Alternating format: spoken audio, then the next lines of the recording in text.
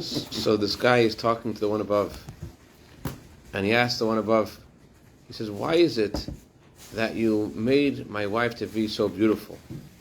And Hashem says, because I wanted you to love and cherish your wife, and therefore I made her to be especially beautiful so that you would appreciate her and love her. And why'd you make her so kind?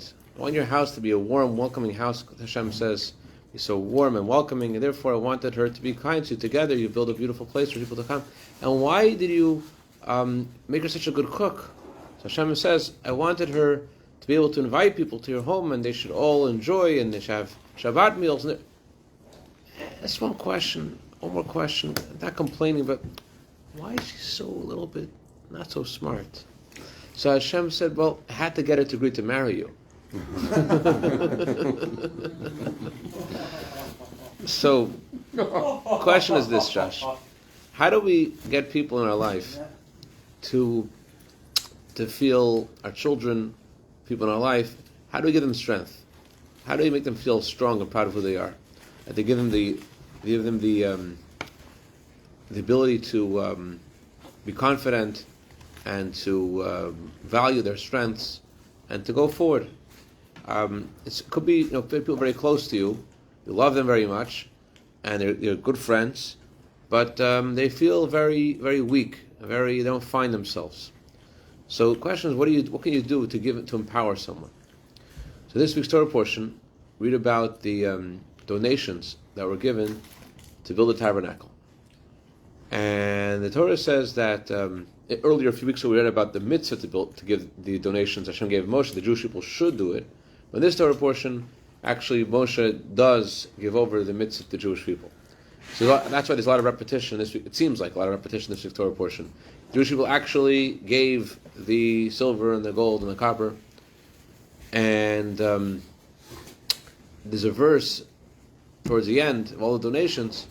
It says the leaders of the tribe, they gave the stones that were used in the choshen, in the breastplate of the Kohen Gadol. The leaders of the tribes gave, which was quite a large gift, because those stones were very precious stones. But the question is, why did the Torah put their donations last? If their donations were so expensive, so precious, why were their donations given last, or mentioned last? So Rabbi Nassan says, Rashi quotes Rabbi Nassan, who says that the leaders of the tribe, the Torah writes their name, the leaders, and takes out the letter Yud from their name. Why does it take out the letter Yud? Because they were lazy. Why were they lazy? They said to themselves, let the community give whatever they give. And whatever they cannot give, we will make up the loss. We'll make the shortfall. Whatever everyone else is not giving, we'll cover the shortfall. So that's why there's a letter, the word Nisim, the word leaders is missing the letter Yud, to say that they weren't doing the right thing. They were missing the letter Yud. They're missing something. They shouldn't have had that attitude towards building Hashem's house. Although they gave a very expensive gift, but it's not always what you give, it's also how you give.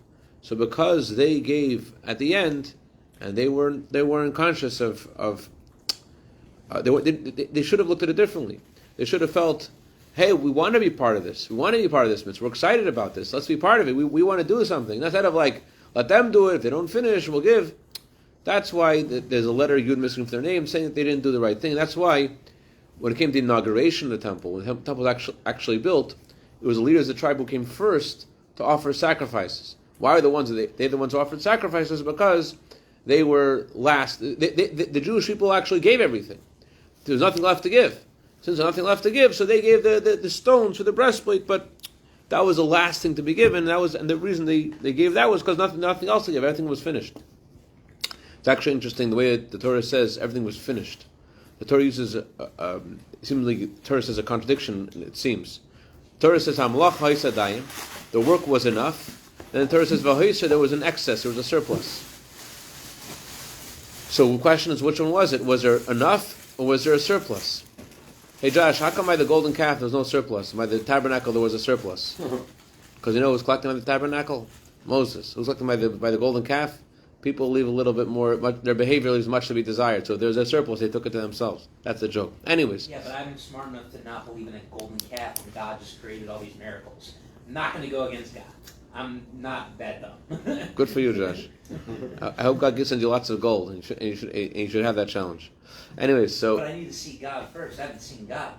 Maybe if I was on Mount Sinai, I'd think otherwise. But I haven't seen God in my life. So if you present me gold and you say God, I'm going to go with the gold, unfortunately.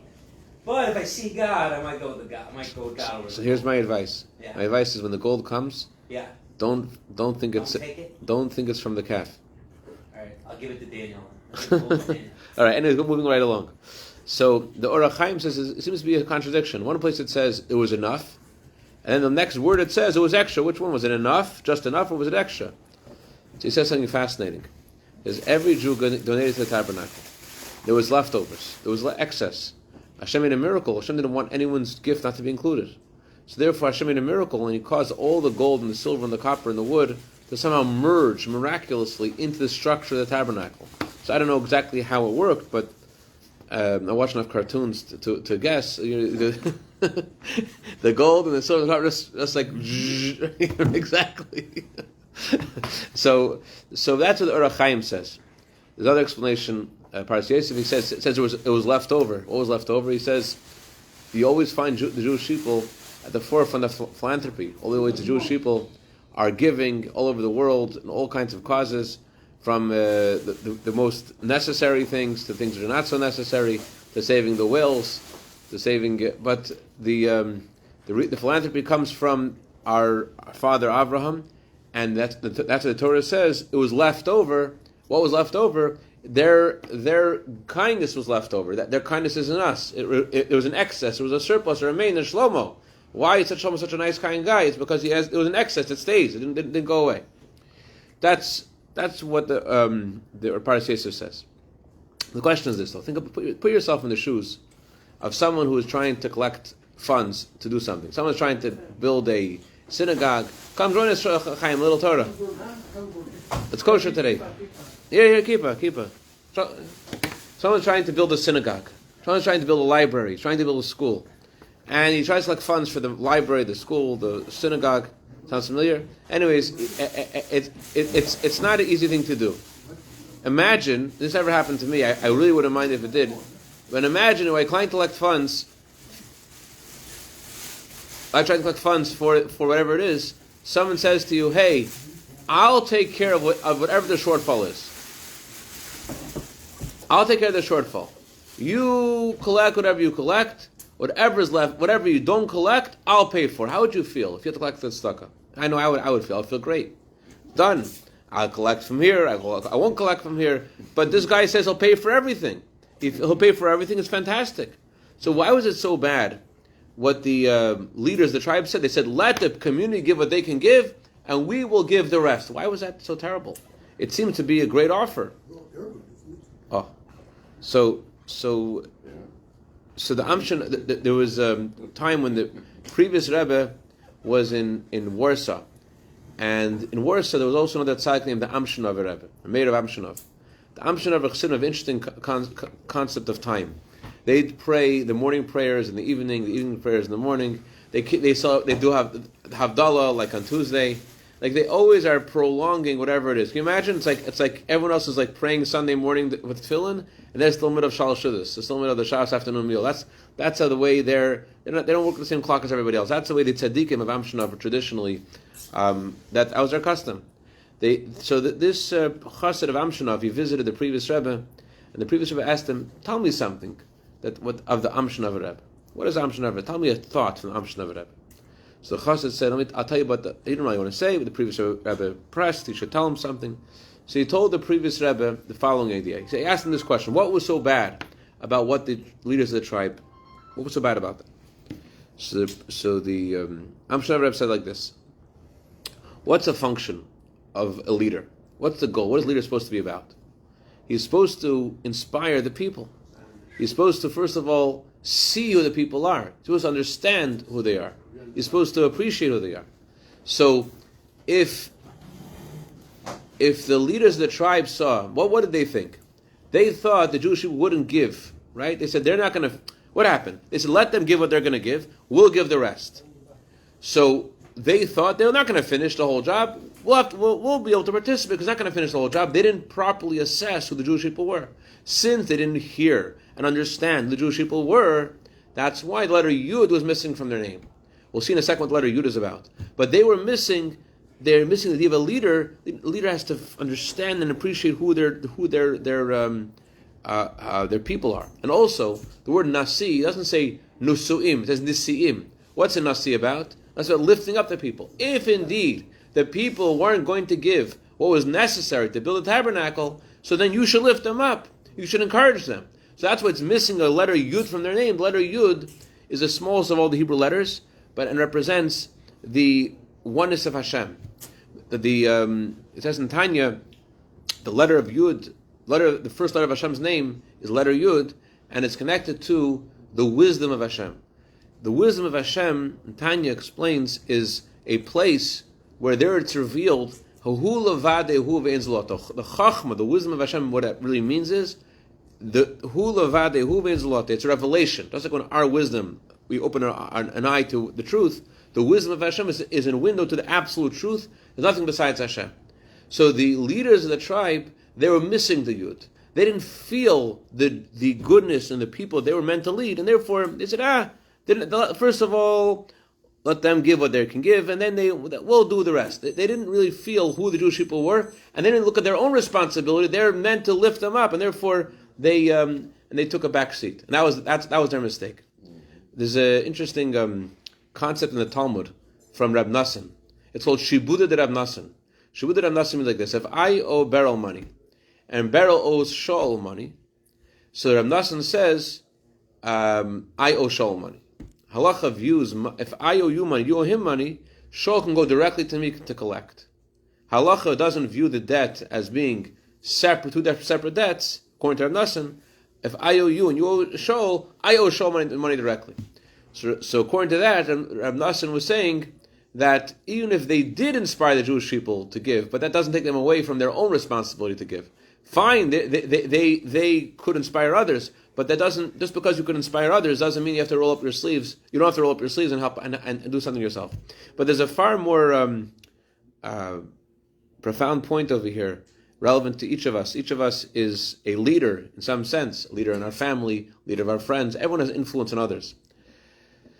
So in order to be able to lead someone, in order to be able to empower someone, you have to be able to understand them, you have to be able to lift them up. A lot of times we don't see the good in our children, our spouse, and our friends, not because they don't have it, it's because in our own glasses, we're looking at glasses which have some marks in them, which have some dirt in them.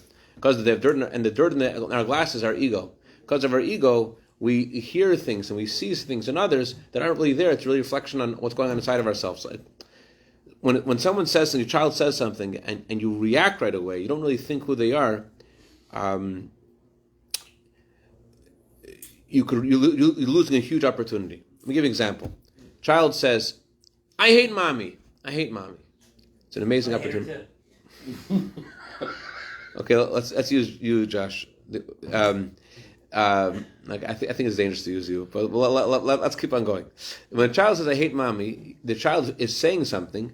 Why is he using those words? So some people say, you're not allowed to say that, you hate mommy. That doesn't tell the child anything. I'm not allowed to. I mean, I hate mommy. What do you mean? I do hate mommy. Why do you hate mommy? Oh, so there's what you're doing is by asking the child how they feel, describe to me a little more. The child will discover he doesn't hate mommy. He's angry at mommy. He's angry at mommy because mommy didn't buy him a shirt, and because mommy didn't buy him his favorite toothpaste, because mommy didn't buy him his pajamas, whatever it was. He's angry at mommy. So you have an opportunity to teach a child that there's a difference. I also, sometimes you don't do things that I want. As a parent, you sometimes disappoint with things that I would like you to do. And it's really important that the child feels that you believe in them, that you trust them, that you empower them. And it's not by making peace with whatever they're doing. Whatever they do is okay. It's not by being by helicopter parent and constantly checking what they're doing. It's by giving them a challenge. And encouraging them when you see that they make a step to go to that challenge. So the idea of cleaning our glasses, it means that when something happens, instead of right away defining the child's actions as being bad. But just like when you learn the Talmud, there's Rashi in the Talmud, there's Tosfos in the Talmud. So when you see behavior of your child, you have to use Tosfos, you have to use Rashi. What's going on behind the child? Why is the child saying, "I hate mommy"? What's going on? The child feeling angry, and help the child understand that there's more than one feeling going on over more. There's words. The child might say, "I wish you die." What does the child mean when he says, "I wish you die"? It means, "I wish you go away." That's what the child means. He doesn't have other words. It's, "I wish you die." It doesn't mean that. So the parent has to be the nasi, has to be the one to lift up the child and to show and to give the child the love that the child needs to build his backbone. When the parents see good in the child and they believe in the good in the child, what happens? The child appreciates the parents, and it's synergistic. It's what do you say? Reciprocal. It goes back and forth. The parents see good in the child, and the child wants to hear from the parents that believe in the child. So, this is the Torah's message over here from Nassan. Torah is telling us that the leaders of the tribe, they were missing that. They didn't see that. They didn't lift the Jewish people up. There was a great Rosh Hashiva, Torah giant, his name is Rav Shlomo Zalman Auerbach. I heard this story from someone who heard it from him directly. He was in Israel, in Jerusalem, by the Western Wall.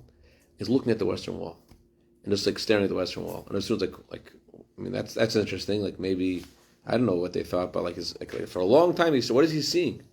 And then they realized he wasn't staring at the Western Wall. He was staring at these Chabad people who were standing by the Western Wall, but on film with people.